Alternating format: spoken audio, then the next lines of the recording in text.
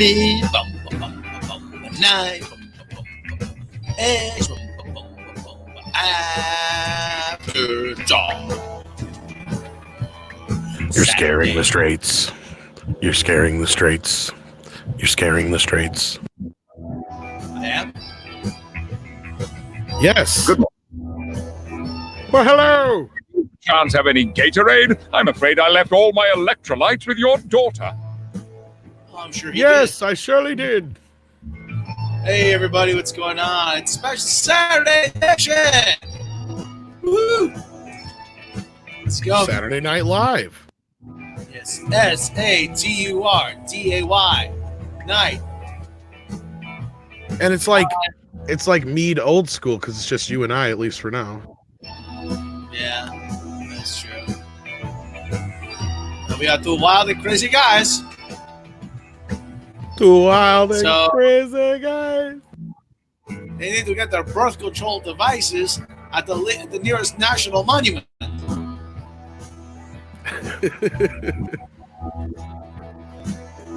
So, I am, of course, your narrator, Mr. Rob Robot Shlomo, with me is Mr. Tom Connors. Good evening, good afternoon, good morning, good night, whatever time it is where you're at. Yes. I'm listening. So, yeah, Mecca is actually, she is off celebrating her birthday. She went, took a little sojourn, as the case would be. If she may join us later, we don't know. So on this lovely Saturday show, we have putting on my NPR voice. Marvel's She-Hulk writer embarrasses herself. Besides just existing. Says South Park is to blame why we have so many young incels. Scott Bakula teases another Quantum Leap reboot. Says there's a lot to do. Sonic the Hedgehog makes good money at the box office. And, of course... Do I have the finger? No, Yes, you do. No, you don't. I have a feeling there's people out there who like me to do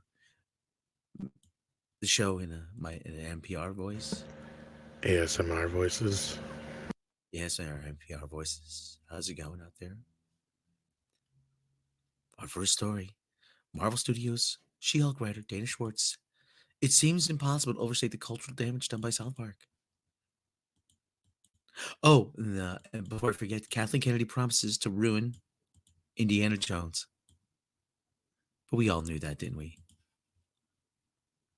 And we can now let the Dana Schwartz hate begin. Yes. Dana Schwartz.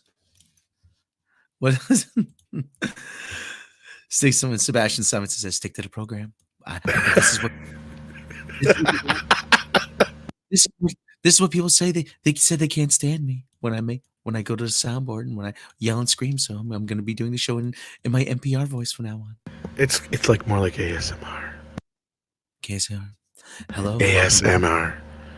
It's the auto sensitive whatever where everybody talks soft and they do sound effects. Like this is rapping. Do you hear it? Yeah, It's beautiful. Yes, How curious. Here's a plastic bag. welcome back to All Things Considered. I'm gonna open the lid of this bottle and I'm gonna put it back on. And I'm gonna take it off again. We need some jazz to fill out the background because all NPR has is jazz. They have jazz on the script doctor. Oh, that almost writer is on the screen, I see. Yes, we're being joined by script doctor here. Hello, script doctor. Oh, are we And doing then- some ASMR? We're doing some ASMR tonight? Yes. Oh, okay, so tonight on Hello. Bounding into Comics, we're going to be taking a look at Beth Schwartz, who's constantly mistaken for Dana Schwartz, who writes for ASMR. What Atlantic. is okay? I can't keep this up. What is what is ASMR? What we were again? doing basically. You were doing NPR, but yeah, that's like the new thing on the internet where people just talk really quiet. It's like audio stimulated something. I'm gonna take the lid off of the nut jar. I'm going to put it back on. That's ASMR right there. Welcome back to All Things Considered. I'm going to take the CD case. I'm going to open it. And then I closed it. Close the stream. Nikki D with $5. Can Tom do Brie ASMR for the whole show? Whatever you do, don't listen to the show while you're driving. Because it may... Oh my God, Dirk, what the fuck was that? That was our cash register, Brie. That was fucking scary. It was scary, wasn't it? Got chills. Oh. Hello, welcome to the Magic of Oil Painting. And I just play people. I didn't play Captain Marvel because I wanted to be a hero. I just wanted to be a person. That's right. You didn't want to be a hero. And she said that in Toronto, a place I have to work. I'm Captain Marvelous. Yes. Stinky Cheese. Coming up next, it's going to be Stinky Cheese. Quit talking about that song. Okay? I fucking hate that song. Coming up next, the #1 song in the USA, Canada, Iceland, and Dominican Republic. Where It's is Stinky that? Cheese. I don't know. It's a republic. Yeah, that's all we know. Is it on the map? Yes, it is. Dana Schwartz. So back to the story. Dana Schwartz. Marvel Studios She-Hulk writer Dana Schwartz took to Twitter to criticize Trey Parker and Matt Stone's South Park, claiming it seems impossible to overstate the cultural damage done by South Park. Schwartz wrote, in retrospect, it seems impossible to overstate the cultural damage by South Park. The show that portrayed earnestness as the only sin taught. You're cut off, Rob. Or are we still coming through audio-wise? I think we are. Poor Mark Hamill. Look at that poor guy. This is way too long, Rob. Okay.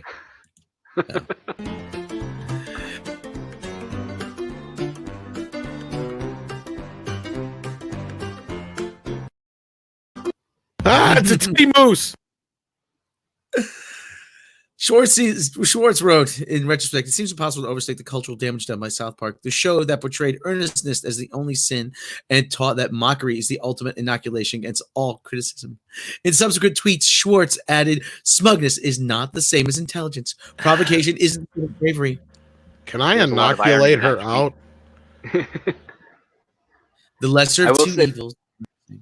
Sorry, I will say this. That tweet is grossly ironic, and I don't think she gets it. No. She then claims South Park is trying to reckon with her criticisms. It seems lie South Park? That doesn't make any sense. And she's a writer. It seems lie South Park. I think she must have meant while. South Park has been trying to reckon with this. I admit I have been watching the show in recent seasons. You fucker. She's criticizing South Park, but yet she doesn't watch it. But I'm fascinated to see this. South Park issues a rare apology for Man Bear Pig. What was wrong with Man Bear Pig? Man Bear Pig is super cereal, okay?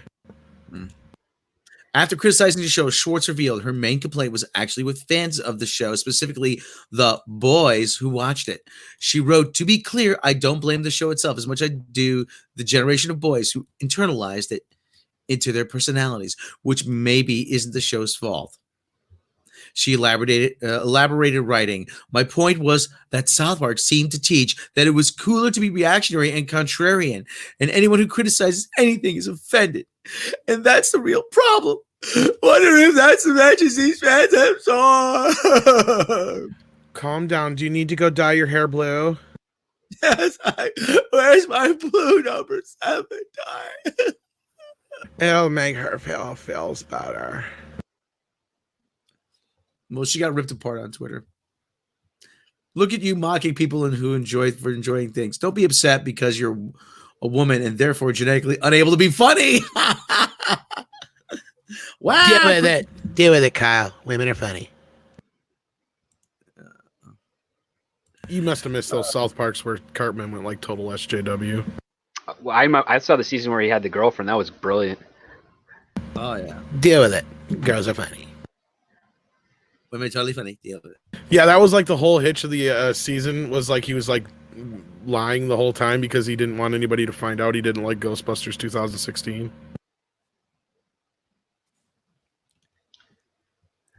So she then, there's more to Or this. his She then girlfriend, took I mean. issue for the. Yeah. Sorry, Rob. But she then issue with the shows for its no holds barred approach to criticism. Schwartz writes, "People are saying they make fun of everyone. That is my point. South Park is a political show, but one whose message is both sides are equally terrible, so the only correct thing is to do nothing while mocking it from your position of intellectual superiority."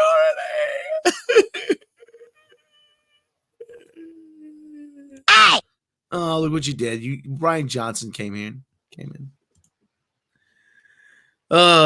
In separate threads on Twitter, she would target South Park creators Matt Stone and Trey Parker based on their wealth and skin color.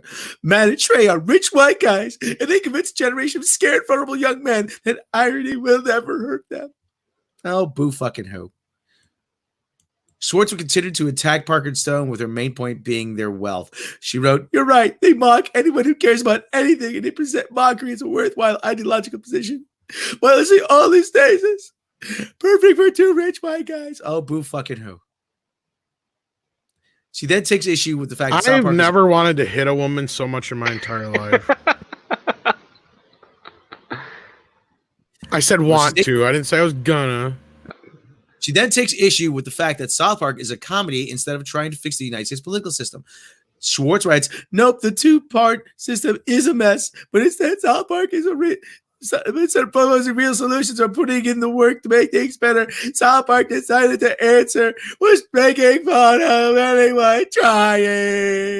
It is not the responsibility of the jester to tell the king how to do his job. It's only the responsibility to make fun of him and everybody else so that they start thinking about how they do their job. Yeah, I think Scott, I was just on with him, and he said before you got there, Bill, on the fourth wave, he was talking, I didn't even really know this. Like, I guess it's the job, not only the job, but like the jester is the only one who used to be able to make fun of the king and queen. Yep. Yeah. Without impedance or without getting killed, really. Yeah. Script Doctor, you're familiar with the concept of the intellectual mosquito? I don't think so. No. No, that was actually something. Actually, Perry Farrell of Jane's Addiction used to talk about that all the time. When you feel something, you smack, and then you're forced to look at it and examine what it is. Only when you get stung, that's when you have to examine things. That's kind of the role Matt and Trey. They're kind of fill in. Their job is not to fix it. Their job is to point it out. Yeah. That is the job of the jester. Now, this is the one thing I've seen. Oddly enough, it has only been with lady executives who have taken a single Second City class. And it's not across the board because I had the privilege of actually working under, or I'll word it properly, working with Joan Rivers for like 2 days in 2003 while she was doing a little bit of a tour. And I got to learn a lot from her and listen to her stories. And also meet a lot of actually really brilliant female comedians who no one will ever hear of because they do the stand-up circuit. Women definitely are funny. It just takes a lot of work for anyone to be funny, and that's one part here. But these particular executives who happen to be ladies who took a Second City course and think that's equals a degree in comedy or something, didn't understand the fact that a good comedian can weave satire, farce, and parody into a story. And they always thought, no, each individual one has to be completely isolated. It's like, no, that's not how comedy works. It's very fluid. It's whatever can get you the joke and the point across that can last far beyond its years. If you only focus on doing something completely satirical, you can, but there are always open avenues for it. And they just could not wrap their heads around it. And then they would argue that they, did the one weekend at Second City. And I'd be like, well, I work with Joan Rivers. I've worked with Smothers Brothers. I've worked with Joe and David Flaherty from Second City Television. Like, I'm pretty sure I'm more qualified than you. and they made sure I knew the stuff that I was learning from them. So. Yeah. Well, she's not done. Schwartz claims the problem with laughing at everything is that it is a privilege of people who have never faced systemic discrimination. Schwartz writes, not taking anything too seriously is a privilege of people who have never faced systemic discrimination. Ironically, dismissing genuine issues as people being offended is pretty cowardly.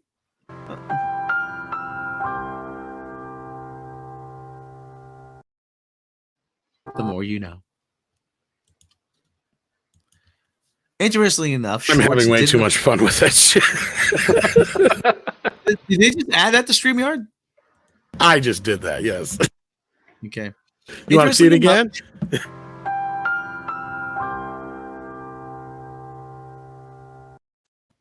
Neato. Interestingly enough, Schwartz didn't apply her own criticism to herself as she mocked those who criticized her take on South Park. If you're offended by this tweet, I'm sorry, you're so easily triggered. They're triggered. Now I'm adding the crying myself. That's. I imagine that's what she must. It's implied. We knows that's what. All these girls, they like cry talk. They don't talk. Everything's a fucking chaotic travesty in their life, you know. Well, she also seems to have major issues with men, specifically white men, as she makes sure to include multiple times during her criticism of South Park. Not only that, but over the past couple of years, she's expressed she's an issue with men in other tweets. For some reason, I keep thinking about all the guys in 2016 who hated Hillary and told me I would love a female president. I wish Elizabeth Warren was running. Yeah, I wish she was running in 2016 too. Some of the worst men I've ever encountered are nerds who didn't get girls when they were younger, then became successful, and now see them as commodities they're entitled to. If you're a guy who's mad that he can't flirt anymore, how about instead getting mad at women?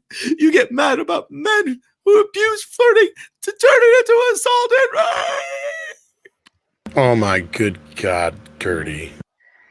If she's this upset about South Park, wait till people see her She-Hulk TV show and get really upset. No, are we gonna just overlook the fact that she equated fucking flirting with sexual assault and rape?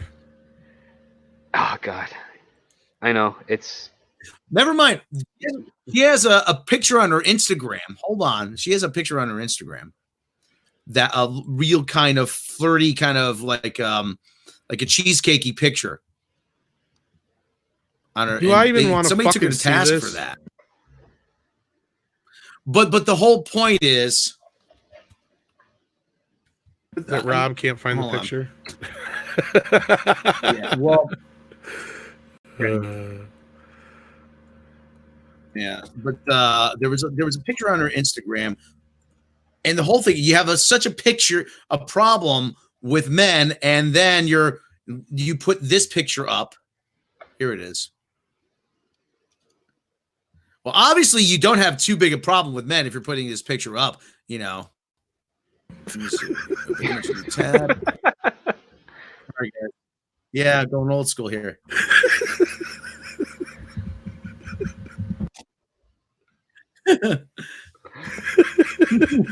What ammo is up the whole time? You're fucking around. There. I'm getting there. I love it. I'm sorry. That face is just amazing. That was the face a lot of fans had at the same time. Oh, God. Yeah. Sorry. Excuse me for laughing so hard. Okay, she doesn't look horrendous there. Yeah, but not above actually playing up her feminine wiles there to you know what I mean? Come on, honey. Yeah. You know damn well. You know damn well what you look like. Otherwise, what you could look like. You got yourself dolled up. It looks like you want men to flirt with you. Oh, come on, Sleepy. I don't mind. Hello, darkness, my old friend. We should almost do like a really bad rendition of that so it doesn't get hit by copyright claim. As long as it's a cappella, I think you're okay, and the words are. The problem with that song is it's mostly a cappella. That's the thing. And it would be hard to be like trying not to sing right, even though that's not actually what I just sang there. It's harmonic, unless you're doing the newer heavy metal, or here, listen to me, heavy metal, whatever fuck the name of that band was that did it not too long ago. And that was probably like, what, 10 years ago? Here I'm saying, not that long ago. Yeah. Hey, I still have the original fucking LP of The Graduate sitting over on my shelf, okay? So shut the fuck up. I can play the actual tune right now. But I don't want it. All right. Anyway, fuck this bitch. You know what? South Park is my favorite goddamn show of all time. You know what? And the best thing about South Park is nothing is off limits. No. Nothing. And that's why she doesn't like it. It's a threat.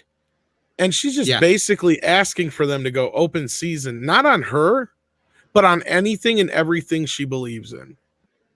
I think she realizes it's only a matter of time before they get to her. So she's trying to take the moral high ground preemptively. Well, I don't think, like I said, she's not big enough to even be on their radar to give a shit about. She's not big enough to be on She-Hulk as a That's writer. my point. Yeah, so it's like it's going to be more so like she just feels she's trying to gain a name. You know, like certain YouTubers like to throw other YouTubers out there to try and get clicks.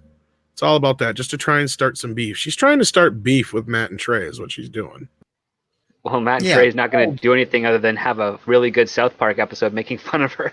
Like I said, not making fun of her specifically, though, because that's what she wants. What they will do is go after every fucking thing she believes in. Yep. Mm-hmm.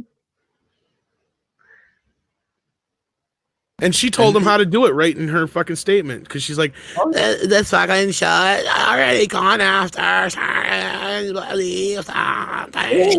Oh, they'll do something with Man Bear Pig, too, I assure you. Hey, Man Bear Pig is super serial, okay? Super serial, going after all the beliefs.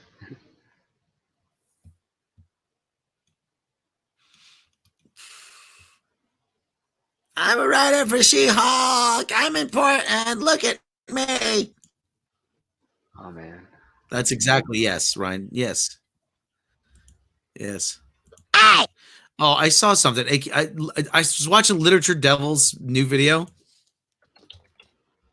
And I can't, is this a real thing? That people are actually buying directed by Ryan Johnson t-shirts? Yeah, I've seen them.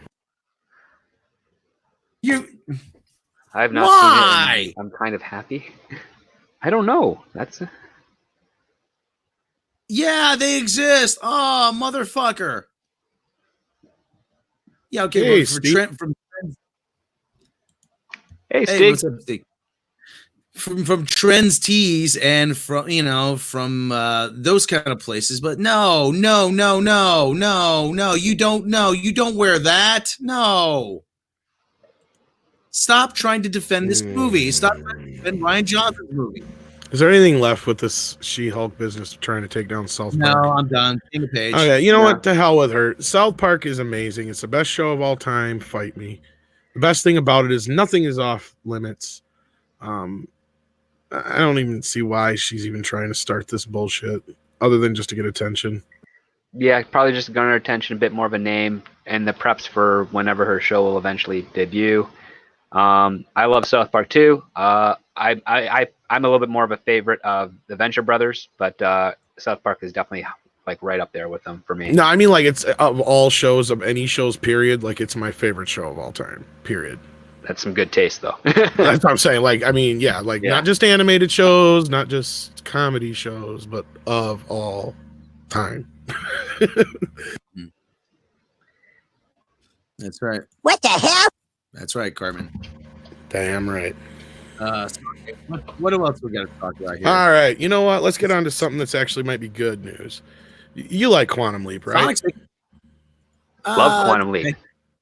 Well, if you want to talk about Sonic real quick, you can. Go ahead. Well, Sonic's making some pretty good cheddar at the box office.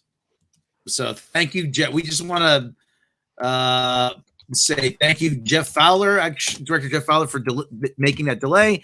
It's on track for a $65 million opening weekend. And everybody who said who tried to derail this movie, I don't know if people try to derail this movie, but everyone says that we shouldn't give in to fan entitlement. I just want to tell them to eat shit. There you go. That's all. Did you saw the movie, right? I haven't got to see it yet. Yeah, I saw it. And you liked it? Yeah, it was good. Not a great movie, but a nice kind of family movie. We'll do a freaking review, man. Okay.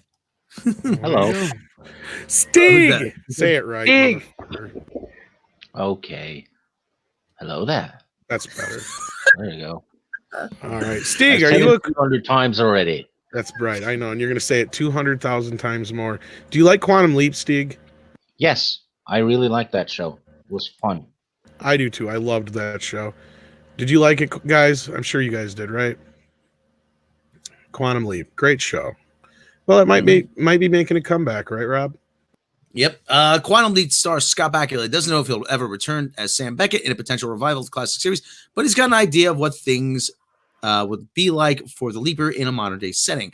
This week, Bakula appeared on The Talk for a new interview, and naturally, the conversation soon enough turned to Quantum Leap because we're living in an age of nonstop reboots, both big and on the big and small screens.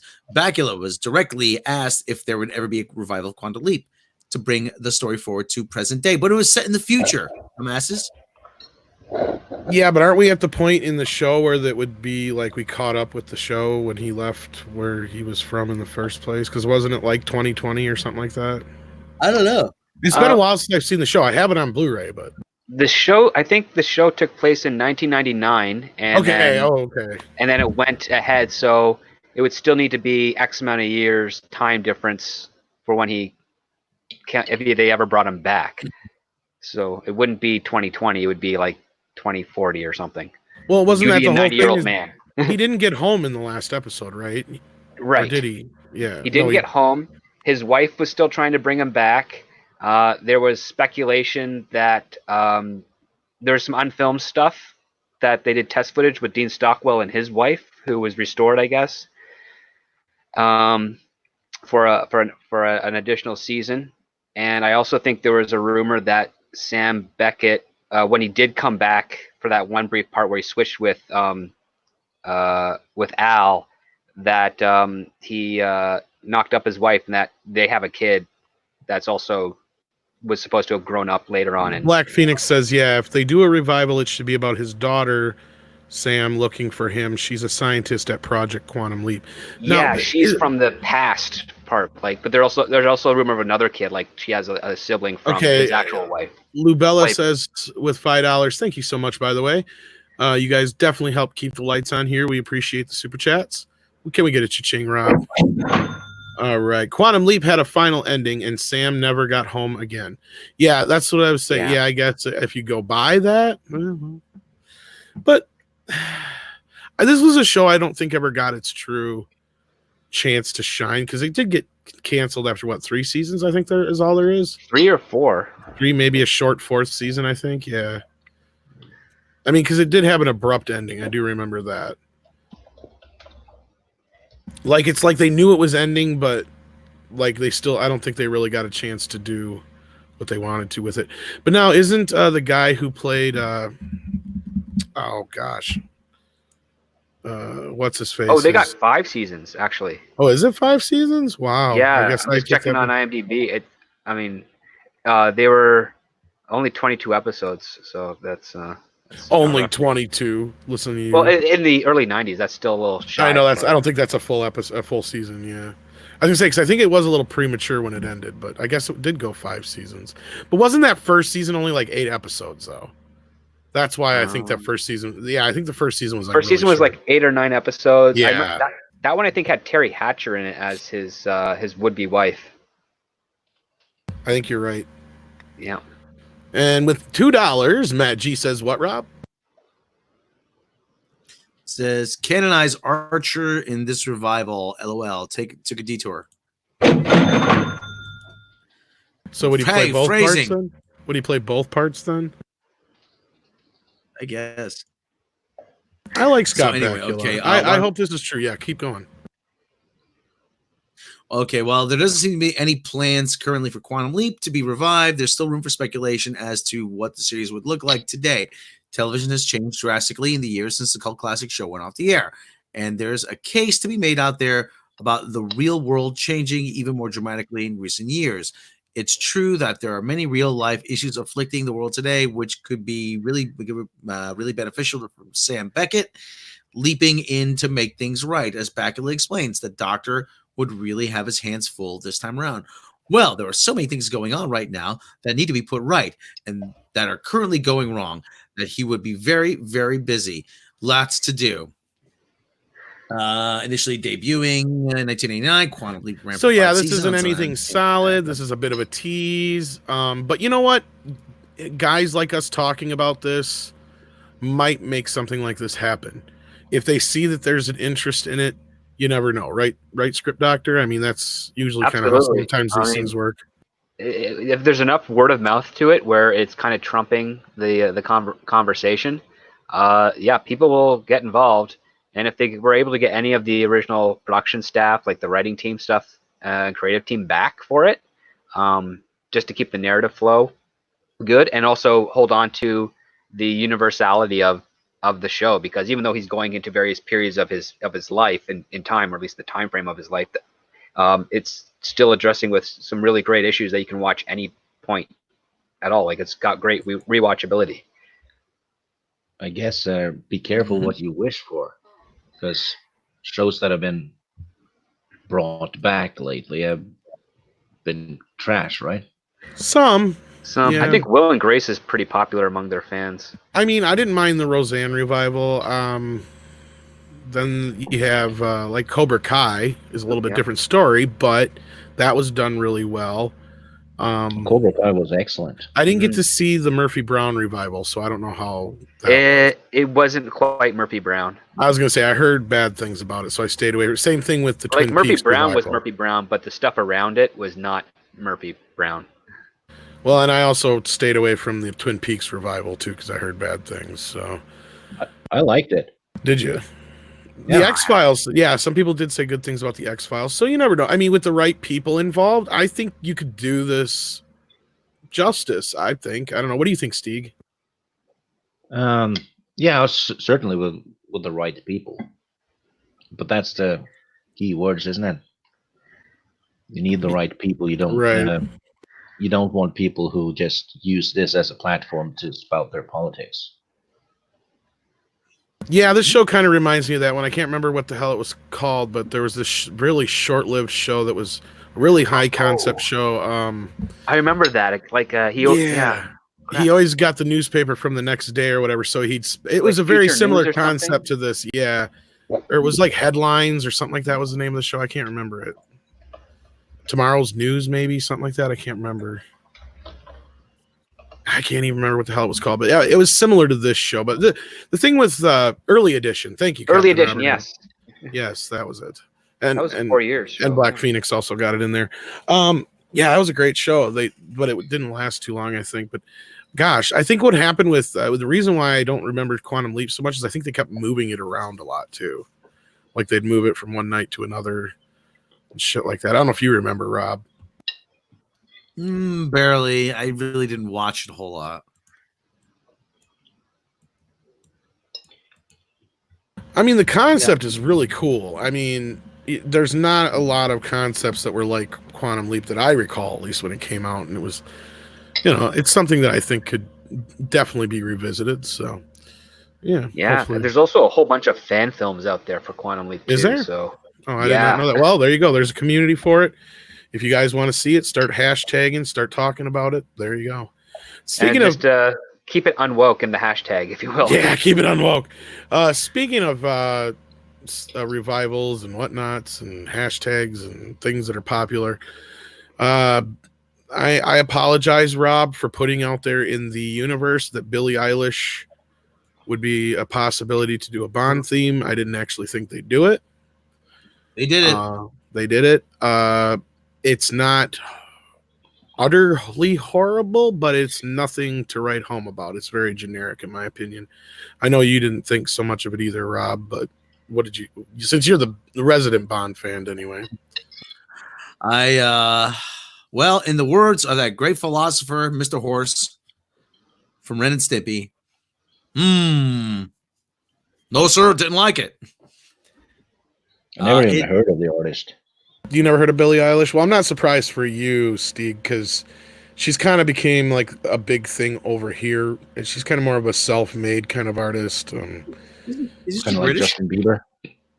What's that? Kind of like Justin Bieber. Yeah, sort of. I guess you could like YouTube famous, and then now she's like winning all the awards and everything. Yeah, I mostly listen to rock and roll and heavy metal. So Right. Now, Script Doctor, did you listen to it yet? I think I've heard a little bit of the melody and like the lyric of "No Time to Die," and I just turned it off. All right, Rob, go ahead. I thought she was British. She's from Los Angeles. No, she's American. there hasn't been a good Bond song since License to Kill. Well, we were kind of talking about that last night, weren't we, Rob? Like, or the night before, one of the two when it first come out. Like we were saying, like it's just nice. We haven't had any decent Bond songs in forever. Like you could name any of the Bond songs from the '80s films and beyond, and I could hum them to you. Or I know, and I'm not even a Bond fan, but like, yeah, once you get past that point, it's like a few of them I know, but it used to be like you just sing a couple words or just a little bit of the melody, and oh yeah, that's that. All you have to go is wow, wow, wow, wow, and everybody knows what it is. Goldfinger. Well, here's one thing, though. I'm wondering, though, shouldn't the lady who's singing, or at least if it's a lady who's singing the Bond theme, be old enough for Bond to have sex with? I mean, she's 18. Respectively, she finally 18. I think she's 18. Let me. Okay, I was gonna say I know she's pretty. That was the other thing, is she's kind of a phenom because she was so young. But yeah. Oh, like Lord. Yeah. Yeah. Randy Marsh. Here's a yeah. question for you guys. What's that? A Norwegian band did a Bond song for one of the Bond movies. Which movie was it, and which band was it? The Living Daylights. Correct. I like that, Rob's. I actually really love John Barry Orchestra's rendition of "A View to a Kill," like the melody that they do. Really, really good. That one was an awesome song. Yes. That's the also thing. First movie to feature Dolph Lundgren. Mm-hmm. That's the other thing, though. There's nothing identifiable about this song, about this. Yeah, there's Bond-isms in it, but there's nothing about it that stands out. You're right. Like other Bonds, like it's very generic sounding, which I'm kind of disappointed about, because I've actually said, she's really talented, whether you like her style of music or not. And then to hear this, it was just like, yeah, this is very cookie cutter, safe, run of the mill. Just even like say you go. Yeah, there's more to that than that. This is very ethereal kind of, yeah. Yeah, there's no, yeah, exactly. If God, it's in the. All I have to say is nobody does it better, and Spy Love Me. Exactly. Yeah. Like I said, no. For your eyes only. Yeah. Oh, that one I can't remember.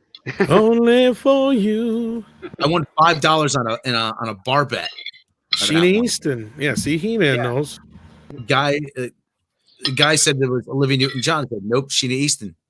It's Olivia Newton-John. Who the hell thought it was Olivia Newton-John? 20 years before Olivia Newton-John was singing. Some Weezer, probably. Well, I was a good sport about it, even though I won the bet.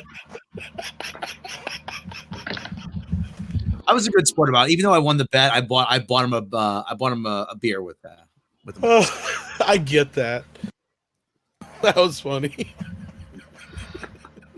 That was very good, Stig. Yeah. Hey, what I'm talking about. Don't talk about Sandy like that. My name by Chris Cornell was actually a good one. I like that one. What's that? Yeah, that was pretty good. He had two versions of that. Like it's the same lyrics and everything, but one was more orchestral, the other one was more rock. Yeah. Yeah, that one was good. Very good. Movie sucked though. I can't even remember the one for Quantum of Solace. Skyfall was good. Was a good theme by Adele. I kind of remember the one by Sheryl Crow or something like that. Yeah. Oh, The World Is Not Enough? Yeah, I vaguely remember that one. Tomorrow Never Dies. Oh no, yeah, Alanis- Tomorrow Never Dies. Who Did did Alanis Tomorrow Never Dies? Morissette ever do one? No. No. Well, that's a fucking crying shame. You'd think if anybody would have been perfect for a fucking Bond song, probably going against the norm with her. I Yeah. think she would have been like, I don't know. That's just me. Well, Garbage did one. Better. Well, I like Garbage, but better than fucking Madonna. I'd rather hear Alanis Morissette any day over Madonna. No, that's when it really started to go downhill. Madonna, they Yeah, paid Madonna 20 paid her. was shit. Yeah, and They- you were saying, Rob, they paid her like $25 million. Fuck that. Yeah. Elton John said, I would have done it for free. Right? Yeah. Now there's another one. How has Elton John never done a Bond song yet? Seriously. criminal. Of all people in the world, you would think he would have done one in like at least the 70s or 80s. You know, that's a good question. That is. I mean, it's like one of those like, duh, why has he never? yeah. Oh, because Elton John is gay? That doesn't mean shit. He didn't even know that back in the 70s, and he was bi throughout the 80s. So is Sam Smith, and he did one of them, didn't he? I think back in the day, Elton could have done a hell of a Sam song for Smith did Bond. one Now he does one now, it'll just sound like all his other shit. But they're going. The last couple of them have been these last couple. The Sam Smith one for Spectre, and this one are these really kind of dumb, mopey. Shut up! Shut up! Shut No, up! garbage. I was actually kind of surprised by that one. Really, I was like, wow. Oh yeah, that's I'm- The World Is Not Enough. Yeah. Yeah, because that one I was really kind of surprised. That one took me back. I'm like, I didn't expect that one. I'm surprised Roxette didn't do one. That's another one, especially in the 90s. Yeah. Somewhere in there. That's another one I can't believe that never did one. Yeah. Yeah, like I said, it's they seem to be going with these kind of really low key ones. The last couple films, and it's just grating. Give me something with some teeth. Give me something that's memorable. Well, I'm trying to remember what I originally said, but I think I said something along the lines like they need to get somebody like whoever, somebody really good, blah blah blah. But they'll end up getting one of these new ones like Billie Eilish or something like that. I don't remember what I said, but there was a move. A lot of people wanted Portishead to do one a few years ago.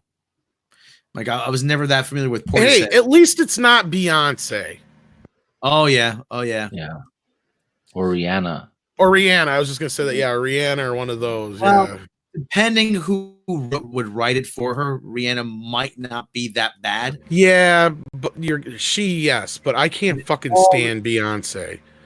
And that or they'll get like what's her name, Nicki Minaj or somebody. Nicki I can't Minaj believe I wouldn't be surprised they didn't done something like that yet too. Taylor Swift. Or oh god, no, she's like way off. But I'm surprised. You got a point there, Steeg.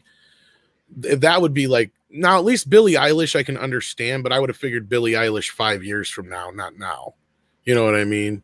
But then again, she could be a flash in the pan. So, Lizzo. The Scott in the chat, Foxy Cleopatra. Exactly. I'm surprised they didn't go that route. Yeah. You know, I'm sort of the resident Bond expert of Midnight's Edge, but I have to admit I don't know what the selection process is for who gets to do the theme. I don't know if it's a closely guarded secret, or if they have someone, or if they have everybody come in and they just kind of duke it out. Yeah, I have no idea either. I bet you it's they've already written the song, right? Probably. And then Actually, no, wait. Didn't they say that her brother wrote this one for it too, Yeah. Rob? Oh. So I guess she actually got to write this. And I think Paul McCartney wrote Live and Let Die. So Maybe it has to do with the tone of the movie. I mean, it could be that between With that and voice whoever's the fit music the tone. director. And I mean, I don't know. maybe they do have like an open audition for musicians to like submit songs, and maybe she submitted it just like other music. I have no idea. Commonly, I do know that from reading, I read the liner notes of a greatest hits album, and there was a guy he was actually had a few hits in the 70s, a guy by the name of Dwight Twilley. He said that when they were during the making of the movie That Thing You Do, there was a call went out for people to. Oh, Mecca's in the chat. Hey, Mecca. There was a call went out for people to submit a song. It was sort of not open, but within the certain circles, if you knew the right people, you could submit your song, and you would send them a demo. You send Tom Hanks a demo, and if he liked it, he chose it. The guy who wrote That Thing You Do, the theme, is a guy by the name of Adam Schlesinger, who's in Fountains of Wayne. And he put his own version of That Thing You Do on his Greatest Hits album. I don't know if Barbara Broccoli and Michael Wilson do the same thing. I would like to know. And That's what I'm curious. Yeah. There's a couple ones here about License Denied, the Bond themes you didn't get to hear. This is from 2015. Now it's got to be one. Thunderball by Johnny Cash. Well, because I got to imagine these are big deals for any artist who gets to do one. Yeah. You know what I mean? Because, I mean, these are all like, I mean, these things are all planned out meticulously. They're big deals. Bond is like the original franchise in quotations in Hollywood where it's lasted this long. And, you know, we can't play this, but Tom, share this for the chat. There's actually, you can go to YouTube. There's links to YouTube videos with these Bond themes on there. So, okay, Ellie. And we got a Mark C super chat, by the way. Mark C super chat. Let's see. Mark C super chat. It is. I want to hear the Killers version of a Bond theme. They may have written one. You never know. So, okay. There's a lot of good choices in the chat, like David Bowie, who's never done one. For Your Eyes Only by Blondie. Pet Shop Boy, Living Daylights, Ace of Base, Goldeneye, Pulp, Tomorrow Never Dies, Swan Lee. Who the hell is Swan Lee? I don't know. It took a dive though. Tomorrow Never Dies, Saint Etienne, Straw, The World Is Not Enough, Quantum of Solace, Shirley Bassey. Okay. But I really want to know what the selection process is. Dire Straits would have been cool. Yeah. Yeah. I didn't write it, you know. Or Talking Heads, even. Suspense, motif, composers, music. They're a little too American, maybe, but they've had a lot of American acts do them. Well, it's, it's Carly Simon's American, you know. Yeah, they've had a few.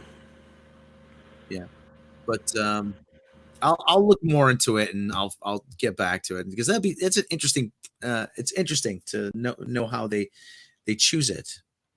I gotta think they send out feelers, see who's out there, who's available, who can do it, what interest they have, who's hot right now. It seems to come out hot at the moment. Kind of between like it's somebody who's either like really hot or somebody who's established and like either like like Madonna. She'd been around a long time when she did it, right? The same thing with Celine. Madonna had kind of a comeback during those days, though. Yeah, did she not do the Austin Powers one first and then she did the Bond one after? She did Beautiful Stranger for Austin Powers, The Spy Who Shagged Me, yeah. 99. Die Another Day was 2002. Yeah, there you go. Wow, she did the parody before. Beautiful Stranger was way better than it. Yeah, it was. Yeah. She probably didn't write it. I don't know how much of her shit she actually wrote anyway. There is a bio script about her floating around. Maybe I can find that. It's got some seedy stuff in there. Who the fuck wants that? Well, I mean, you see all the desperate nature that she went to get to her career. Yeah, I know. I'm just saying. Yeah, sucked a lot of dick on the way to the top. I'm sorry. Did I say that out loud? I apologize. Well, she's listed. That was quite a mouthful. Oh. Well, Madonna's listed as one of the composers, but someone named William Orbit is. He sounds like a songwriter I've heard before. Yeah, so that's what I figure is they probably have like Diane Warren or whatever the hell, and other people like that probably come in and worked on like the Celine Dion one, I imagine, and You know, there's certain people at certain times. It was the same thing when I caught some of the clips from the music awards or whatever. I can't remember if it was the Grammys or whatever. So a lot of those same motherfucking writers that we were talking about, Rob, are still working. Oh yeah. Oh yeah. Yeah, has Lady Gaga done one? She deserves one more No. than fucking Billie Eilish does. I don't No. particularly like her, but she's at least paid her dues. Hmm. I mean, I She guess was also a lyricist for years before she actually started singing on her own. Mm-hmm. Yeah, you have a lot of the same people working on those. Like I said, Madonna probably had as much to do with this song as probably. Listen, just because As you're Pierce listening, Brosnan did. she probably has it in her contract where anything that she does as an original song, she gets to slap her fucking name on as a writer. has anyone here? Has any of you guys seen "Hail Hail Rock and Roll," the Chuck Berry documentary? I have not seen it, but I used to have the soundtrack. Okay, Chuck Berry said one of his, I think it was for the song Maybelline.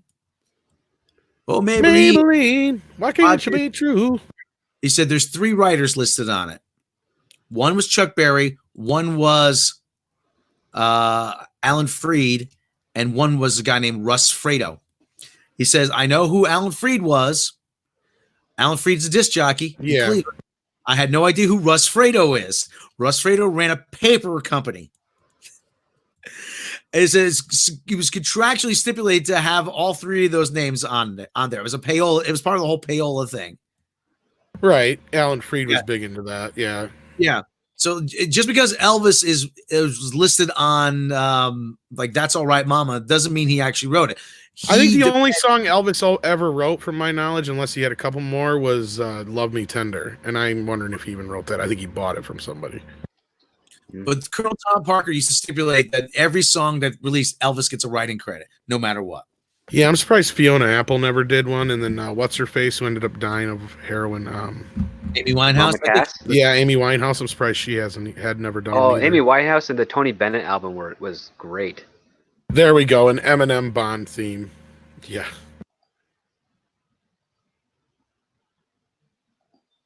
And then it gets dead quiet. Because everybody's like, listen, wait, like they're in their head, like, wait a minute. That might kick ass. No, it wouldn't. It probably had the best lyrics of any Bond theme of the last. I was just thinking years. of some of the lyrics to try and throw out there. Yeah, you can't kill me, you can't hear me, you can't do nothing to me because I'm Bond. 007, I'll send you to heaven. I don't know, fuck. That's how many every Eminem song sounds like that to me anymore. Mm-hmm. You better lose yourself in the music, the moment. Spaghetti. Well, just don't get Mick Smiley to do a Bond theme. He does enough pervy songs as it is. Better yet, Miley Cyrus. There used to be a guy, I can't remember who it was, but he's a comedian. He says there's certain people you're never going to hear do a James Bond theme. One is Neil Young, James Bond. Get Spinal Tap to do a Bond theme. Yes, that would actually be pretty cool. That would be Barbara Streisand. You'll never hear Michael Stipe do one. James Bond, So I want to hear Gilbert Gottfried do one. What, in his real voice or the Gilbert Gottfried voice? His real voice is actually quite soothing. Makes me feel sad for the rest. I've got no time to die. Fuck dying. I've got no time for it. I knew that would set him off. Discussion. My buddy Dave Sheehan, the guy who he was on After Dark with us once, he actually went to go see Gilbert Gottfried. He said, talk about a guy who's just existing on his name recognition. His most recent reference was Ally McBeal. What's sad is I don't have a camera on, but when I do the voice, I make the face. Lukov, Go-Go's Bond theme. Actually, Belinda Carlisle would have been good at one point. Oh, yes. Billy Joel did a Bond theme.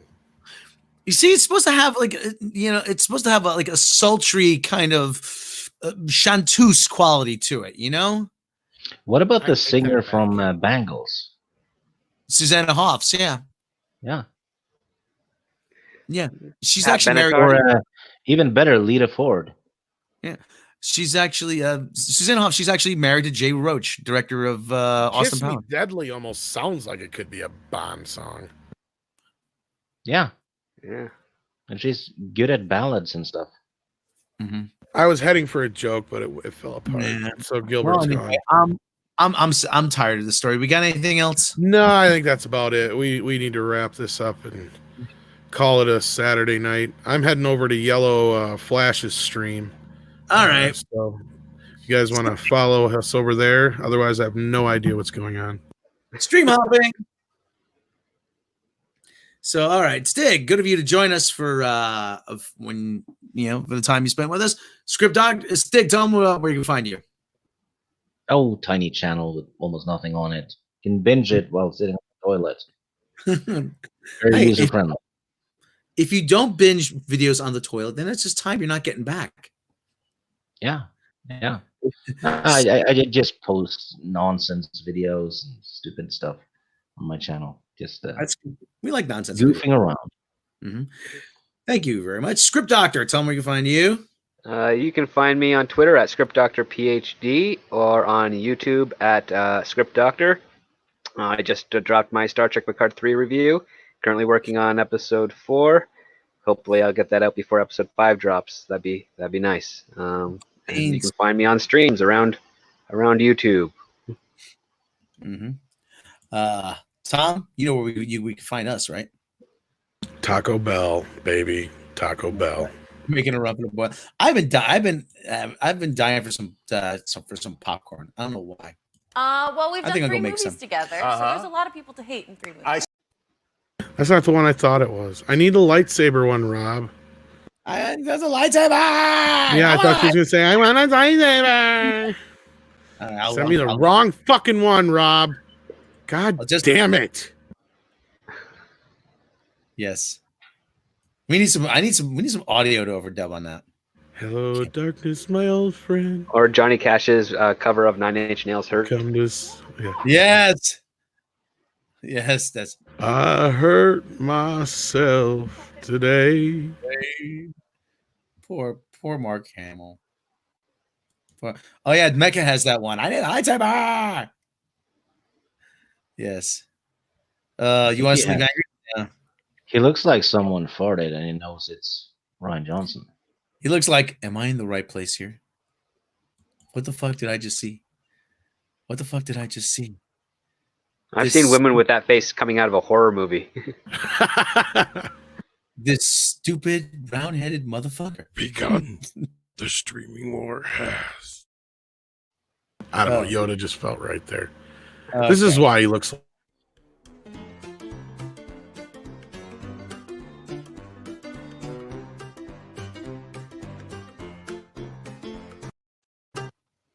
Boobies. Booby milk. All right, folks. Take care, everybody. Give us some music, Rob. All right, everybody. Thank you. Enjoy your weekend. No drinking, no driving. Take care of yourselves and take care of someone else. We'll check you out later. See you later, everybody. Bye-bye. Woohoo! I'm popular. Dune buggies. Griffin.